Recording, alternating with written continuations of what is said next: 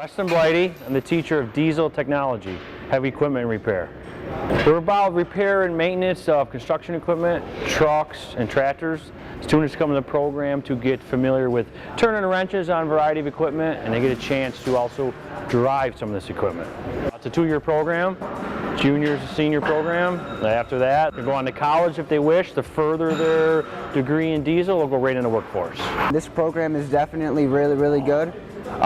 If you have any sort of interest in diesel engines, vehicles, trucks, machines, this program is definitely for you. You learn a lot in this program and definitely something to get into, and it will help you in your career. Hi, I'm Ali Rafai. I chose diesel technology because ever since I was a kid, I've always had a passion for the big rigs rolling down the road and, with the big old tractor trailers and them rolling smoke. It's just been something that I've been into since I was a little kid. I'd always point it out to my dad, and just being in this program really opened my eyes for them and wanted me to get to know more about them. First thing we're going to have is theory in the classroom, and then we're going to get into the shop doing a variety of things like engine tear down, oil changes, tire rotations, basic maintenance. Then we get into the machine side of that, which is also the basic maintenance of hydraulics, running all the equipment, and that side of it too.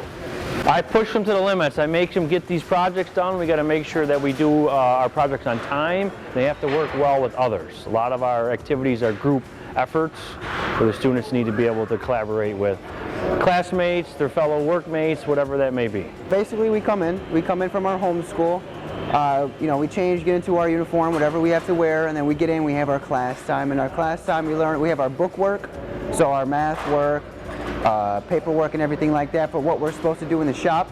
After roughly about an hour and a half in the class time, we come out to the shop and then we actually take the information that we learned from the classroom and we execute it out in the shop, whether it's on our engines or on a project or a lab work.